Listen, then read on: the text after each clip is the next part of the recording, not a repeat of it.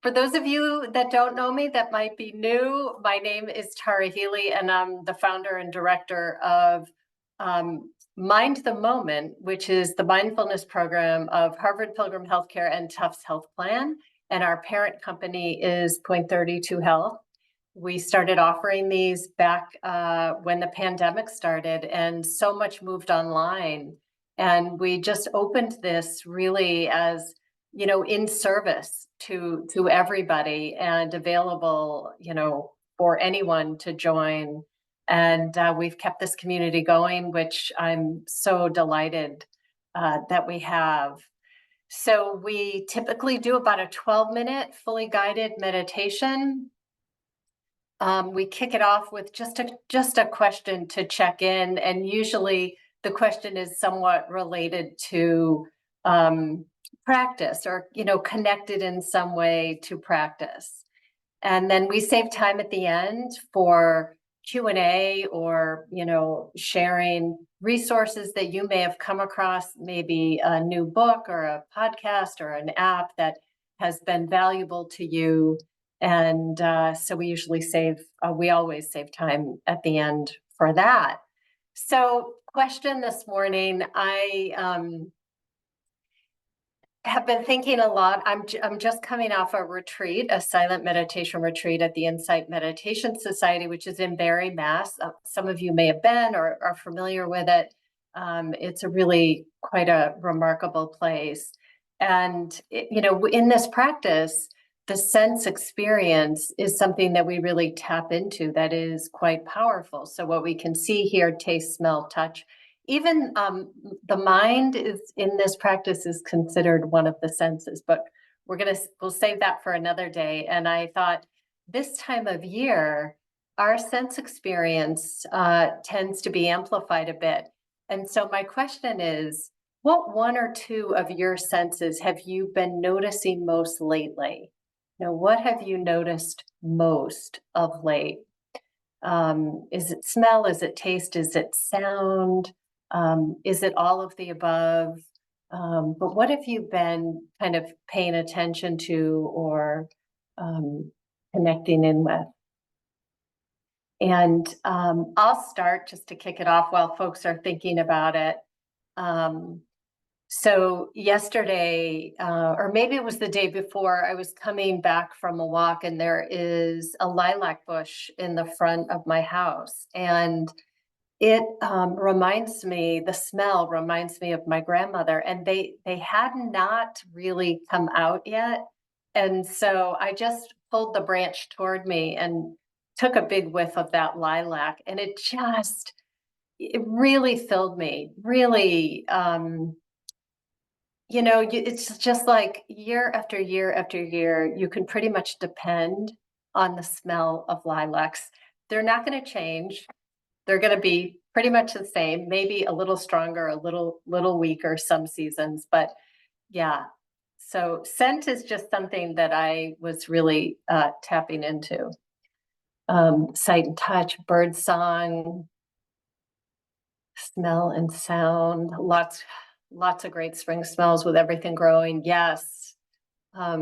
Lavender for the bees, smell. Yes. Scent. Yeah. Pretty amazing. I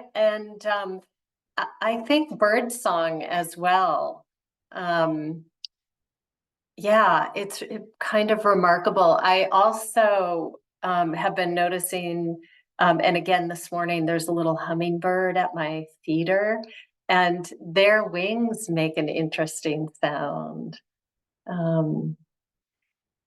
So there's a lot to take in and to tap into. And I think that there's also, and many of us have talked about this kind of over the years, there's something really calming about nature and watching nature in action. We can see it in the winter too, but there's like an amplified version of it in this time of year and through the summer. So let me see. Watching the slow budding, yes. And those buds will, the other interesting thing I think about buds is they're gonna open in their own time, right? There's no changing that. And there's something beautiful about the patience and the watching and the gift. Yeah, baby geese, goslings, yeah.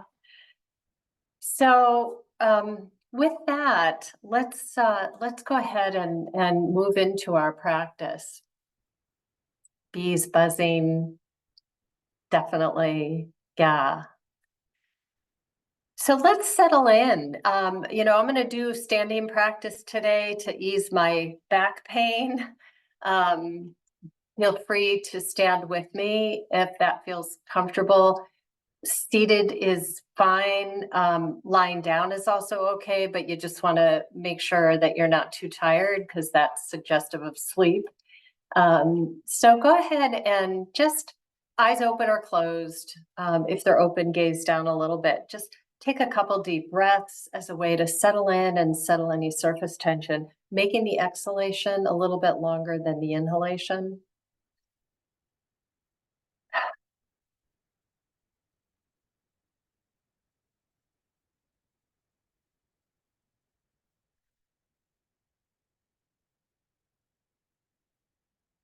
On that final exhalation, soften the body, but maintain a spine that is upright and engaged. If you're standing, a slight pelvic tilt to relieve any pressure on the lower back. If you're seated, again, the core is engaged, but not so much that it's uncomfortable or there's a tightness, but just so that you're upright, so that the body makes micro movements, so that you're at ease and comfortable yet engaged. And let's just check in. How are things this morning? What are you noticing about your body? What feels pleasant? What feels unpleasant? Maybe there's neutral territory where it's neither. So just taking a moment to check in with your body, bringing full awareness to the whole body.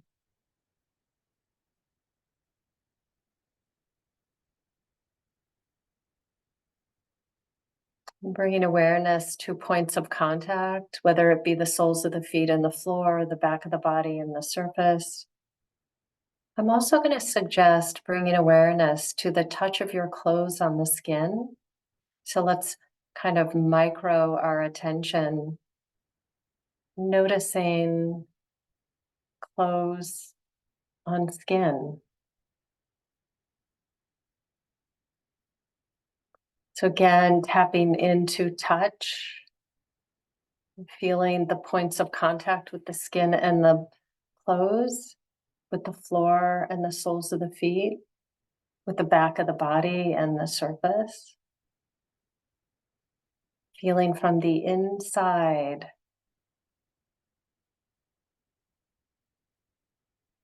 Nothing else to do but this.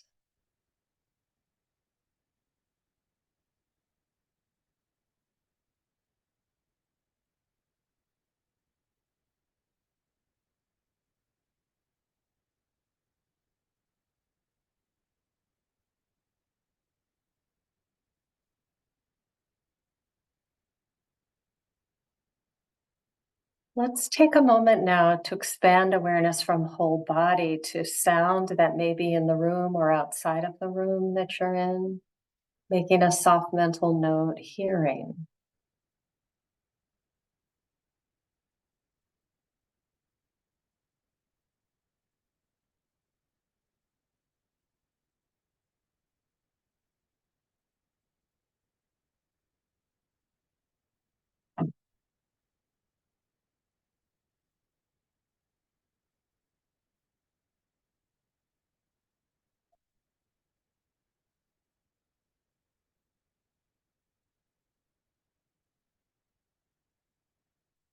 And let's bring awareness back inward to the whole body.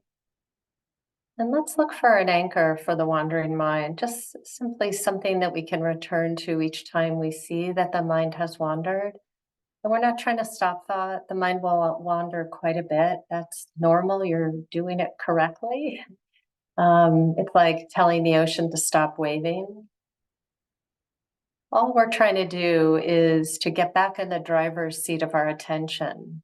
And by connecting with an anchor, like breath sensation or sound or another body sensation, even hands touching thighs or palms against the thighs, is we're actually just learning to create some steadiness or calibration of mind. Every time we see the mind has gone into a thought, that actually is a really significant moment because in that moment, you know where your attention is. You're aware that you're aware, and that's a metacognition. It's a very good thing. It's not wrong that the mind just wanders. And then we just escort it gently, not tugging or pulling or being frustrated. Just make a soft mental note, thinking. So, in a way, it's like the culprit has been seen, thinking. Let your body soften, always contracts when thought slips in. And then return your attention to whatever you're using to help stabilize the wandering mind. So as you breathe in and out, do you notice your breath most prominently somewhere? Could be belly, rise and fall, abdomen area, chest, could be the nostrils. It could be just the movement of the structure of the body as you breathe in and breathe out. And you're just tracking that in breath and that out breath wherever it's most pronounced. Breath is not always easy, so you could use sound. So again, just open awareness to receive the rising and passing of sound or consistent sound that may be in your background. Or take the palms of your hands and rest them on the top of your thighs or on a desk in front. And the feeling of that point can be your anchor. So I'm going to be silent for several minutes. And we're all just going to keep noticing when a thought has slipped in. We're going to label it thinking. We're going to soften the body. We're going to return. We're just doing that over and over again.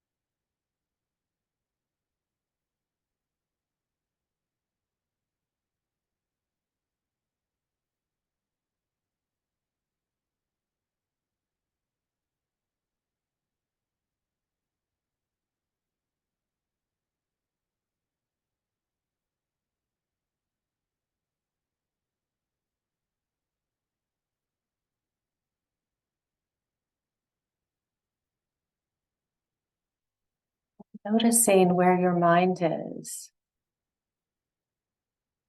Soft mental note thinking. Let the body soften to the degree that you can, and then just simply return to sound or breath sensation or another body sensation. It doesn't matter what you choose as an anchor. What matters is the quality of awareness you're able to bring to it each and every time the mind wanders. And coming back.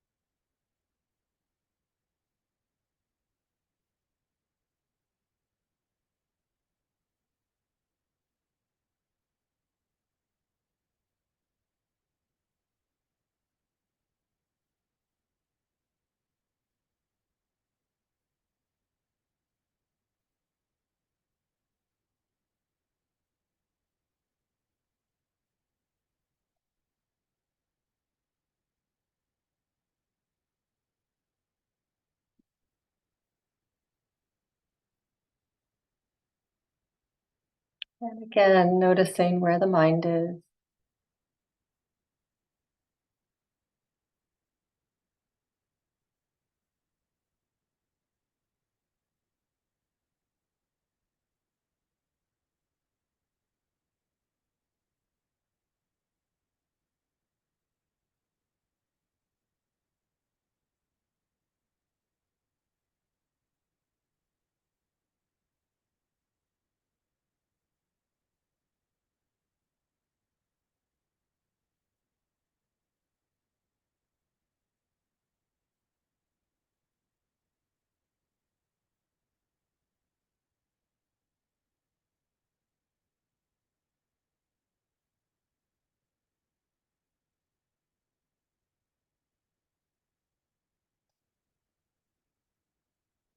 And as we bring this meditation to a close, I'm going to ask you to move your awareness to the sound of my voice reading a poem.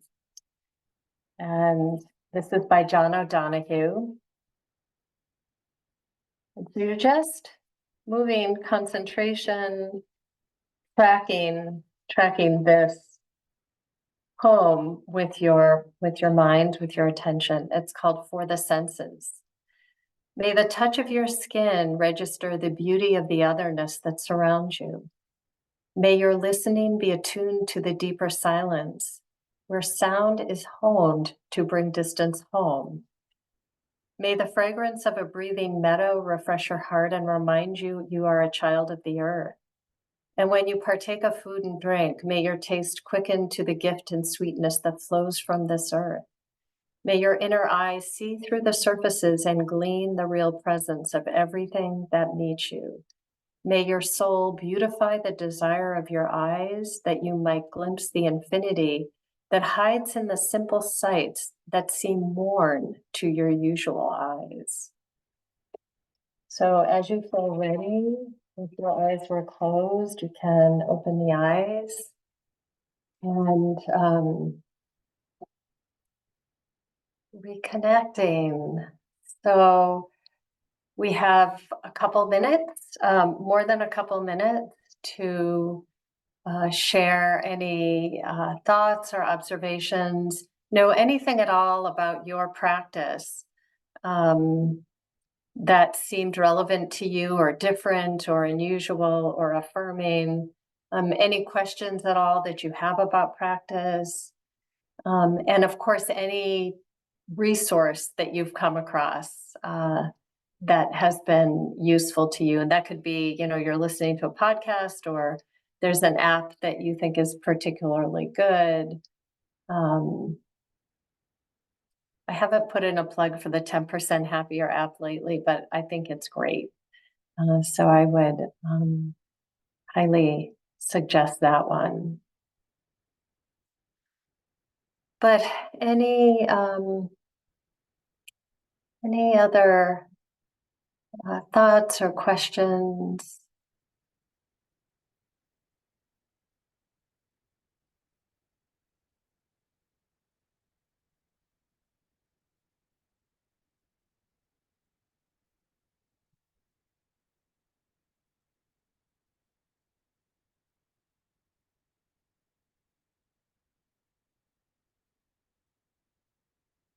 Yes.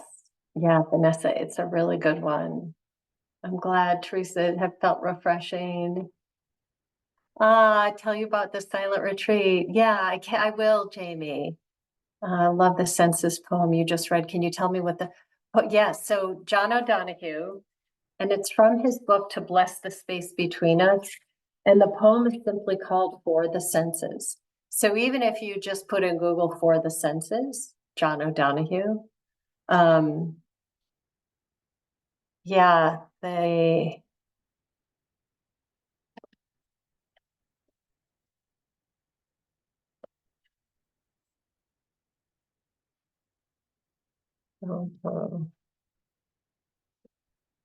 I came across JKC Action for Initiative. He has 10 days. Very nice, Julia. Yeah, thanks. That's great. So Jamie asked about my silent retreat, and I'm happy to talk about it. So I started going to a place in Barre, Massachusetts called the Insight Meditation Society. And it's been just an incredible place to really study and learn about meditation, about mindfulness. Heading to Spirit Rock, which is like the sibling of Insight Meditation Society. And I think I said 25 years ago, 1999, and I've sat annually ever since. And if you go to their website, it's Dharma, DHARMA.org. And you can even see they have like some Q&A on their website about, what a retreat experience is like.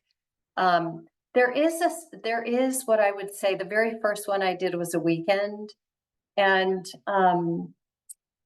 it's really where a typical day is waking up early, and you start usually with a half-hour meditation. There's usually 100 people in the room, and they come from all over the world in our little state of Massachusetts in north central Mass. And you're engaged in sitting and walking practices throughout the entire day. And there are what are called work periods. If you choose to take a job, you could be sweeping or cleaning up vegetables. Although I know since pandemic, they stopped certain jobs. So I'll just say jobs are optional, but the idea is that you build that in to kind of practice so that you're really learning kind of a seamlessness of attention. And they're powerful. There are talks every evening, and those talks usually inspire you to keep practicing. So let me see. Last week when Christine taught you, Christina Feldman, yes. Yeah, so Christina Feldman has been a longtime teacher at the Insight Meditation Society. I serve on the board of directors there, and she and I crossed paths for a couple of meetings, and She is an amazing, amazing teacher. I highly recommend anything she's written. And Spirit Rock, I have also been there. I did a month at Spirit Rock back in 2008. Jack Cornfield was the lead teacher on that. And again, you know, there is an intensity to these retreats. And, you know, you're really familiarizing yourself with habit patterns of mind that are so incredible. It's so incredibly beneficial. Hi, Tara, I'm with my beloved sister Carrie at her house in Indiana. She just, I am so happy, Jamie. Thank you for letting me know that. And please join us again. They are intimidating. It's the live. Yes, they are. And you know what? Anybody who wants to know in more depth, just like, please reach out to me, and we can even set up time over Zoom that I can sort of talk you through it. But they're really complementary to practice. So, you know, usually I do 1 or 2 a year, and in between that, engage in reading and study things like, I mean, Joseph Goldstein's book, actually, Joseph, A Practical Guide to Awakening, is fabulous.